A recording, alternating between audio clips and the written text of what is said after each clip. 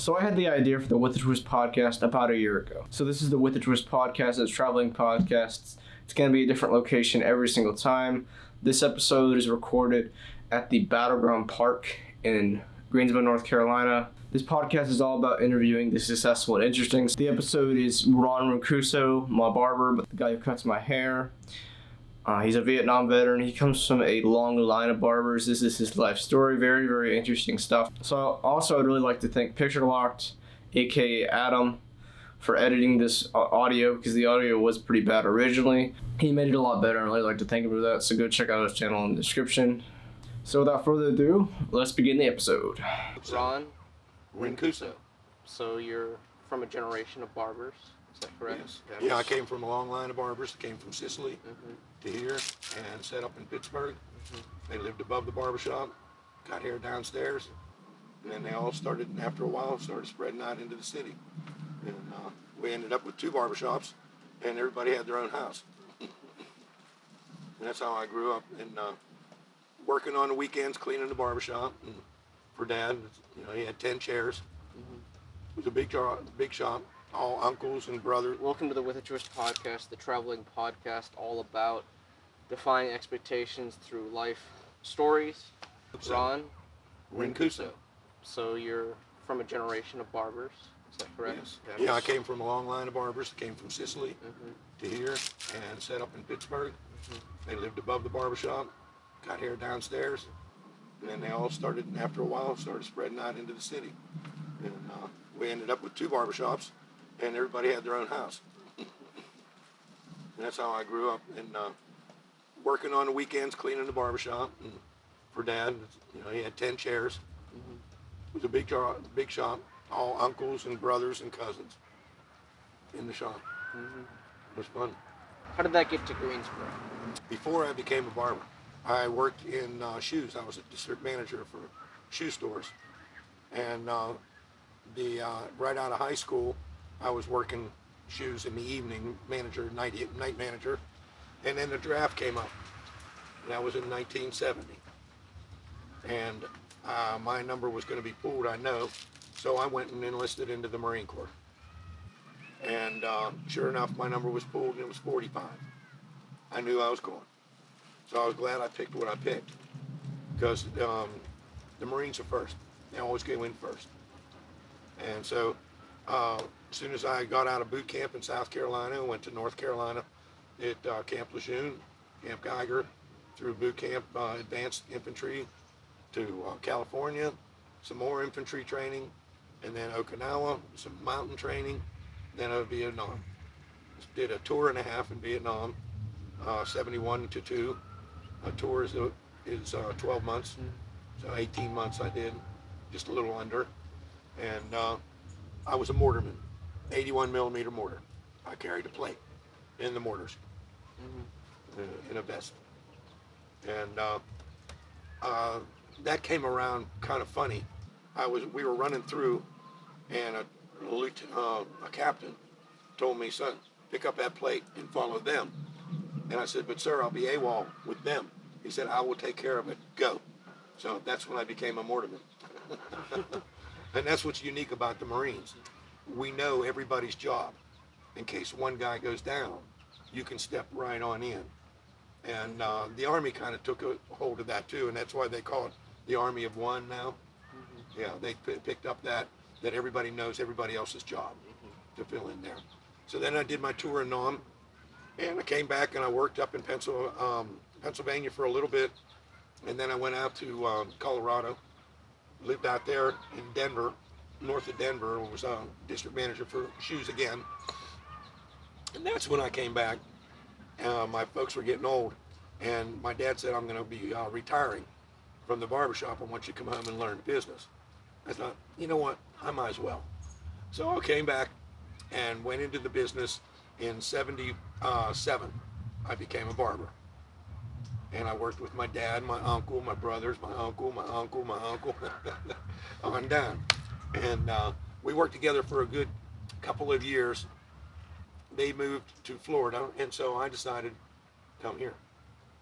Most servicemen like to be around the base they were serving at.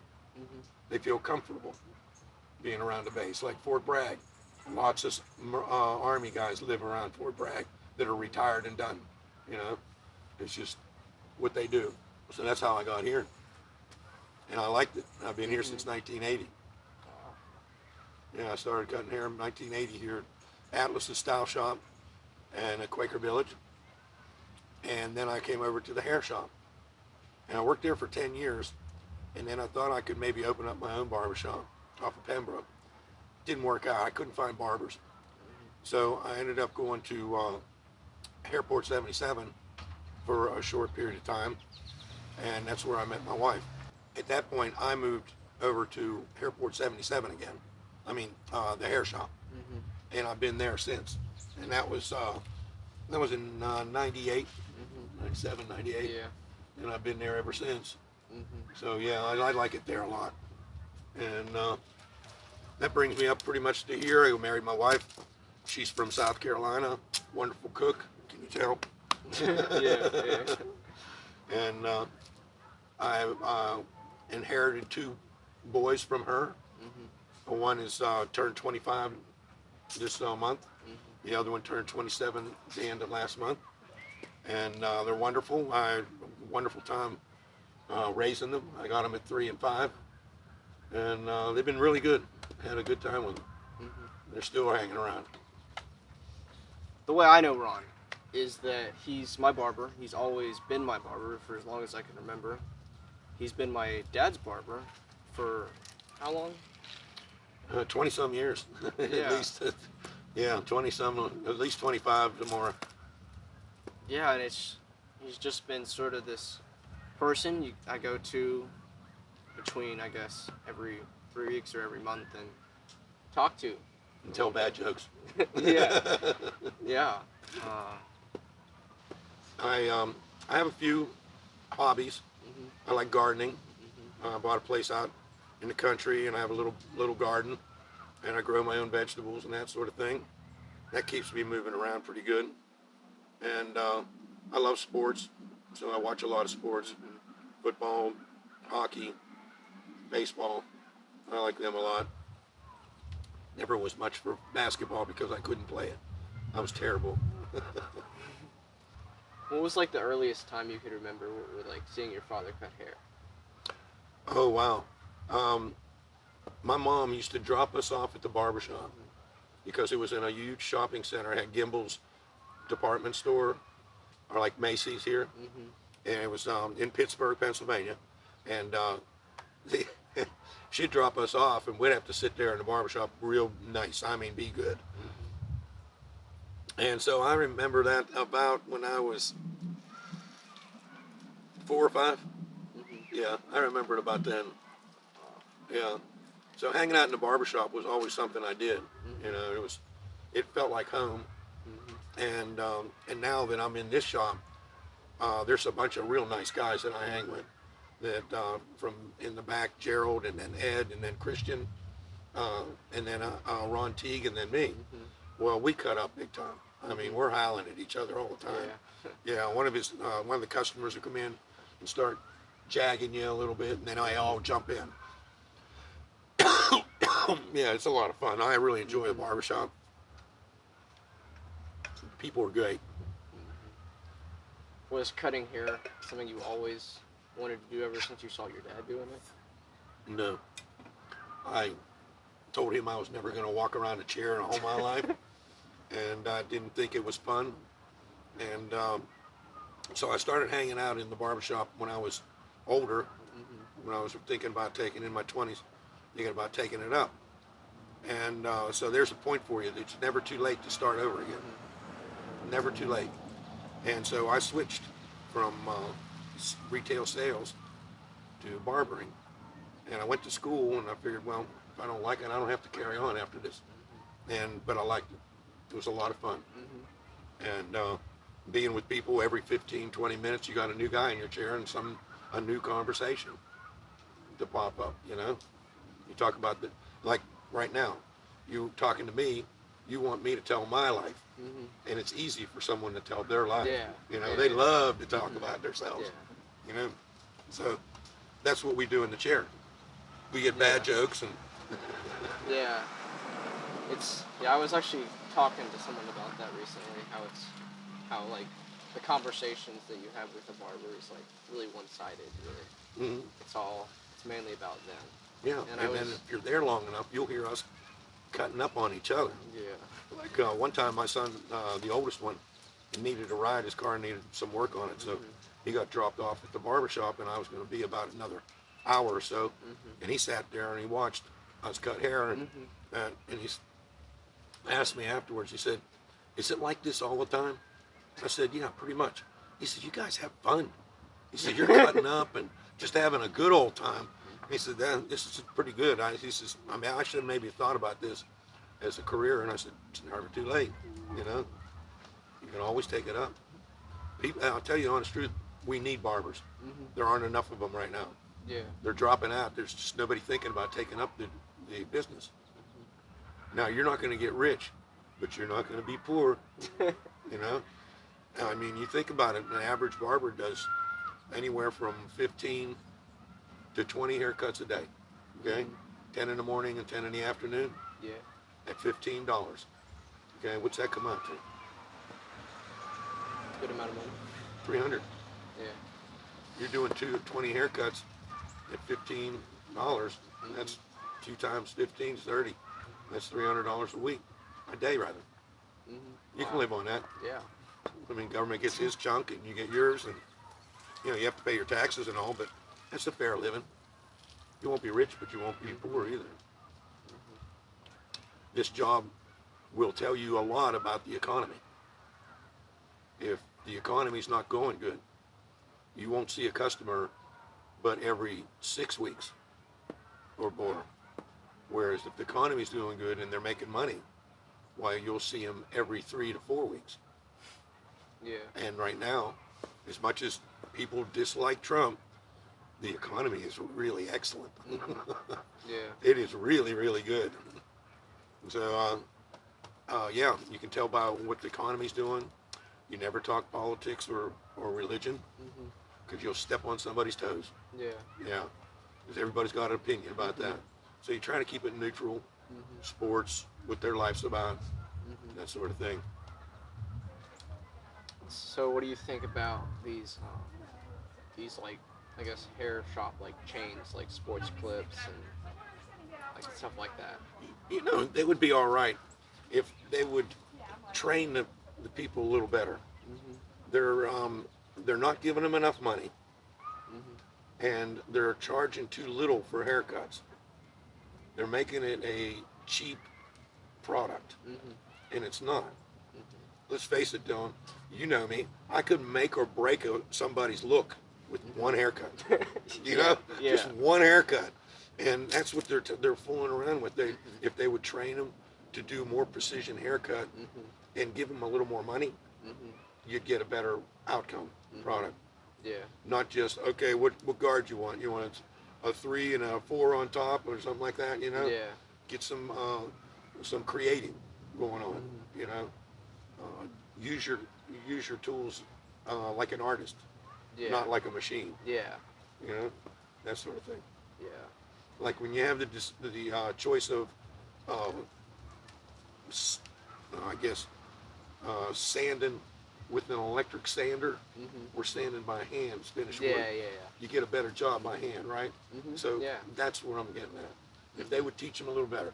They don't cut into our business because after a couple of haircuts, you never get the same person from what I hear, and it's hard to get the same haircut. Yeah. If you want it. That sort of thing. So they don't affect us much at all. They're not like a big competition. No, and as a joke, we always say that we're going to put a sign up saying, "I fix great clip haircuts." And it's just because they're rookies, they're new, and they don't know how to cut yet. And if, see, barbers, they have an apprenticeship. You have to go do an apprenticeship for a year in one shop. And the barber, the master barber, or anybody that has a license, is supposed to help you and teach you along the way so that your haircuts turn out really good in that shop, which reflects good. And that's why our barbershop is so busy.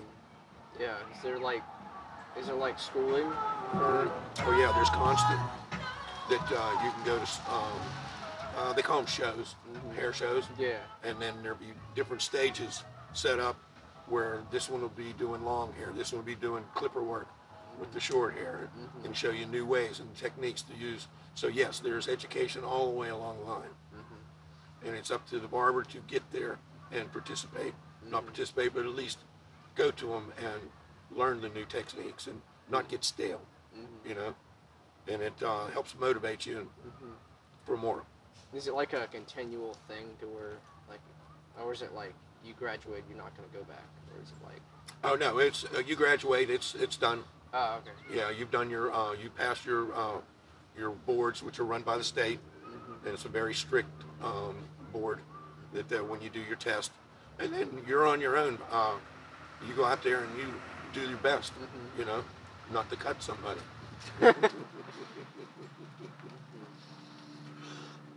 But continual education is at these shows. You go and you sit in the show for an hour or so, you know. Yeah, is there? I don't really know where this is coming from. Like, just in my head. It's all right. But there's people on YouTube and the internet who they'll do like pranks to each other, to where they'll like go into like hair shops and they'll like choose what they want. They'll have their friends choose the haircut for them. Has there anything been like that before? Only thing similar to that is bets.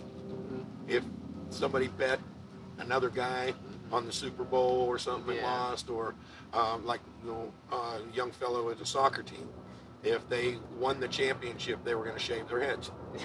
Well, they all came in. They won the championships. Yeah. So they shaved their heads and that, but no pranks yet. And then back in the day, those soccer players wanted little designs on the sides of their heads and such. Yeah, they wanted an Adidas sign or a Nike sign, something like that, a Nike print on it. Not so much anymore. Yeah. Or their number. Don't want their football guys want their number on the back of their head. You know? Yeah, put it back here. You can't see it. Everybody else will. But they got their football helmets on over them. That's right. Yeah. That's right. Yeah. You would have any of these, but is there like a memorable like person who came in and wanted a haircut? Like, it's really like unique. Yeah. There's a guy named Phil Clark. Phil worked for the Associated Press. He was pretty old when he came into the barbershop. But I ran into him back in 1970. And he was with the Associated Press, and he got put to our platoon. And he followed us around. And that's where I met him. And so I was cutting hair one day, and he walked in the door at the barbershop. And I was like, are you kidding me? This is you? And he come over to me, Lance Corporal, blah, blah, blah. And he was hugging me and all. We had a good reunion. And one day, he lived to be 97, Bill. He was something. He had a lot of guts. I pushed him back quite a few times. You're a target, buddy. Back here. So he came in and he gave me, which I was going to let you take this and read it if you want, this book here called Vietnam Comeback Photography. Yes. And he signed it. Yeah, go ahead if you want to. Yeah. So there's that. It's dated 9/6/88, so 1988. 88, he brought that in and said, see if you know anybody in there. And it has quite a few photos of what's going on in Vietnam. And if you turn to page 116, I think it is, it's well over 3/4 away. You'll almost run. There we go. That's me. Right there. Yeah. The dates were wrong, but that was me. We were carrying a guy out, stepped on a mine, and we were carrying him to that Huey, which was really dangerous walking out of the woods. Yeah. We were a group that they could have taken us out. And he signed that and gave it to me, and I didn't open it up for a good month. Yeah. Because, you know, you don't want Yeah. vivid memories brought right back up front, you know? Yeah. So I didn't look at it for a while, and then one day I wasn't busy, and I ran through that. I went, holy crap on a cracker, Phil, you got me. Yeah. Because every time I told him I don't want to be in your book. I don't want to be in your pictures. Yeah. Now there's a real interesting picture right here. This is Puff the Magic Dragon. Yeah. Puff was an AC, big plane, big fat plane. Wow. Has a Gatling gun, as you see it, him holding it right here, and this is bullets coming out. And it will cover a football field. I believe it's like every square foot, 100 yards in less than 8 seconds. Wow. Just boom, boom, boom, boom, boom, boom, boom, boom, everywhere. And that's pretty cool to see at night with all them tracers coming down. So you feel free to have that for a little while and look through it and see what you see. Okay. I thought you might like to look at that because there's quite a few pictures, and you were interested in Vietnam, and this will give you a little bit of a first-hand thing because they covered at the very beginning, the beginning of Vietnam. Wow. Yeah, you'll see up at the front of the book that they started with that. This sort of brings up something that I've heard about the Marines. Is it true that like you bring back everyone, no matter what? No man left behind. Yeah. No, that's true. You put them in a body bag, put ice in there, and then they get shipped back. Yeah, nobody's left behind. We carry everybody out. And you're the only branch, and that's the only branch of. The other ones tried, but we were one that never did. We never let them behind. It meant a lot of men died trying to bring back some, but yeah, we never did. Wow. Yeah. There were some that were lost in Vietnam, but there was nothing we could do about that. They were taken in camps and such like that. Yeah. But if they died around you, you were pulled out.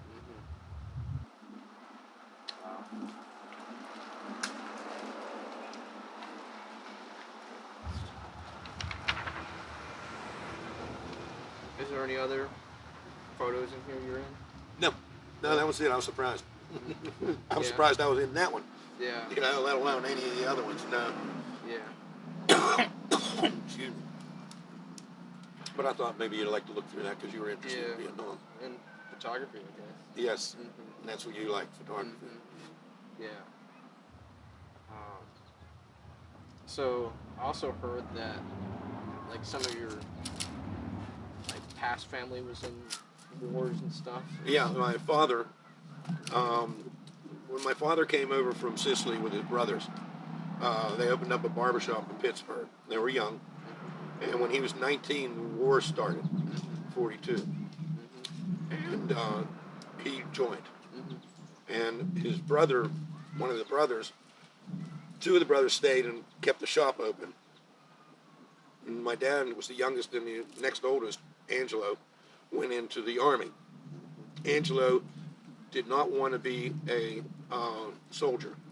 He was totally against it. He was one of your first conscientious objectors.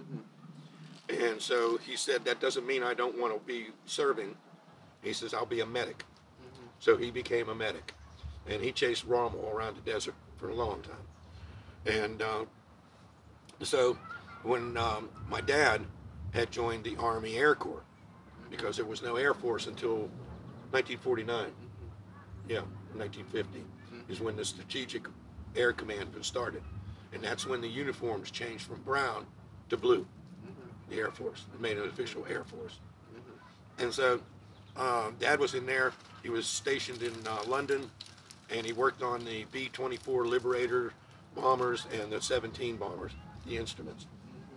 So he was lucky he was in London and they didn't bomb him. So he did well there. And he did his 4 and then came back to Pittsburgh and was a barber. Worked back in the shop. Met my mom, and that's where all we came in. I have 3 brothers and a sister. Yeah. And we all lived in northern Pittsburgh. And now we're scattered all over the place. Yeah. Is any of your other like family or still barbers? Yes, my older brother, he's 14 months older than I am, Rick. He lives still in Pittsburgh area, and he works 3 days a week. Yeah. He semi-retired. He's 67. I'm 66. So he's semi-retired. Other than that, no other barbers are out there. Yeah. My cousins, and none of them are anymore. We're the last of the Mohegans. Yeah. Yeah. Unless one of my sons take it up. Because the barbershop was called the Rincuso Brothers Barbershop up in Pittsburgh. It's interesting that's all in Pittsburgh, because one of the people that is a big, kind of big on YouTube, lives in Pittsburgh, and I'm actually trying to get him on this podcast, Oh, yeah. and I could end up going up there. And It's a nice ride. maybe- It's 8 hours. Get into Pittsburgh, 7.5. It's through the mountains. It's beautiful. You'd love the ride. Yeah, take it. Why not? Yeah. Yeah. I guess what's the name of the barber shop that your brother? My brother works in. Yeah. I'm not sure. It's just a one-man shop, Yeah. and he works the mornings, and then the owner works the afternoons. And there's nothing but one chair and a toilet. Yeah. That's all there is in there. And he just says he does it for his golfing fees, some Yeah. extra spend money, Yeah.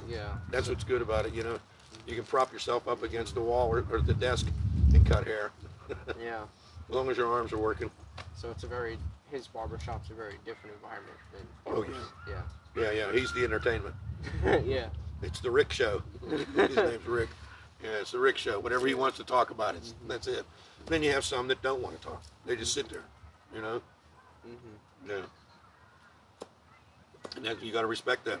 I'm not here for conversation. Yeah. I just want a haircut. I'm trying to think of any other jobs that'd be sort of like that. I guess like a doctor maybe, but Yeah, anybody that does service, you got Yeah. your nail people. yeah. You're sitting in front of them for a good long time, Yeah. so they can converse with you like that. Dentists, they like to talk to you Yeah. when your mouth's open. Yeah. They have to learn a new language called mouth open language. Also, I hope you stick around Yeah. so that I can be your barber maybe one day Yeah. cut your baby's hair Oh, yeah. when you have a boy. Someday when you get married and have Yeah. children, I might be still around cutting hair. It's possible, man. I got another 20 years left of me. My dad worked till he was 82. Wow. So, who knows? So you probably don't want to talk about this at all. I don't really know. But I've heard a lot of mixed things about your cancer and whatnot, and Oh, just wanted to sort of know I what's can going wrap on it all with that. through it if you want. It started with the water at Camp Lejeune. It was tainted from 1957 to 1988. I was there in 70. Again in 72. So what you drank and washed in and what was cooked with had benzene from the dry cleaning company unit there. The half tracks and the mineral spirits you cleaned, tanks and half tracks and everything, went into the sewer and leached through the water system. They didn't know about it until 88. Then they realized that everybody was getting sick. So they closed it down, tested it, and found it was. So I ended up getting a very rare disease in the bladder called small stem cell carcinoma. It normally shows up in the lungs and the brain. And so they've been treating me for lung cancer when it's in the bladder. So they did the chemo, and then they took the bladder and the prostate out along with some lymph nodes that are around their belly. And they all came out negative, no cancer. Good. 3 months later, they scanned me again, and it showed up in my lymph nodes. And they did a PET scan. It sounded like looking down through your neck into your body, and it's sections coming up, right? So he said, anywhere you see popcorn pop, that's a cancer. And it would pop, pop, pop, pop, pop, pop, all the way up. And then a big one, and I went, excuse me, he said, that's your kidney. Don't worry about that one. He said, so we're going to try something different because chemo doesn't work twice. It's kind of like insecticide. When you spray it on a bunch of bugs, and there's a few that survive it, you try spraying them again with the same stuff, don't work. You got to get something more powerful. Well, the same way with cancer. So they decided to use immune therapy. That makes your body vamp up and do the killing, and it did. And in 6 weeks, every other week I get this drip. We were hoping it would slow it down or stop the popcorn, so to speak. Instead, it reversed it, 75%. Wow. So now there's only about a 25% of that cancer that was there is left. So whatever was this big is this big now, you know? And so I'm winning. The prayers worked. God is good. I got my miracle. Yeah. And so I went from a 20% chance of life to who knows. And 20% chance of life means 6 months to 2 years. Yeah, that's what my dad told me a couple weeks ago. And it was pretty bleak. And that's why I took off. I went deep sea fishing. I Yeah. went riding the airboat in the Everglades, you know, Yeah, start yeah. filling out the bucket list, you know. Said, woe is me, I'm only 66, I don't need to die now. So this came up, and now my future is very bright. Wow. It's really, really good to hear. I was Thank you. kind of worried about just... Thank you.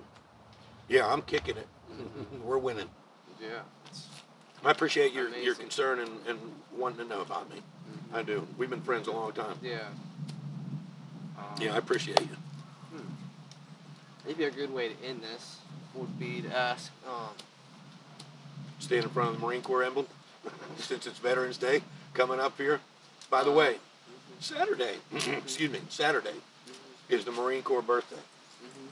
Now, all the services were put together in the same year, 1775.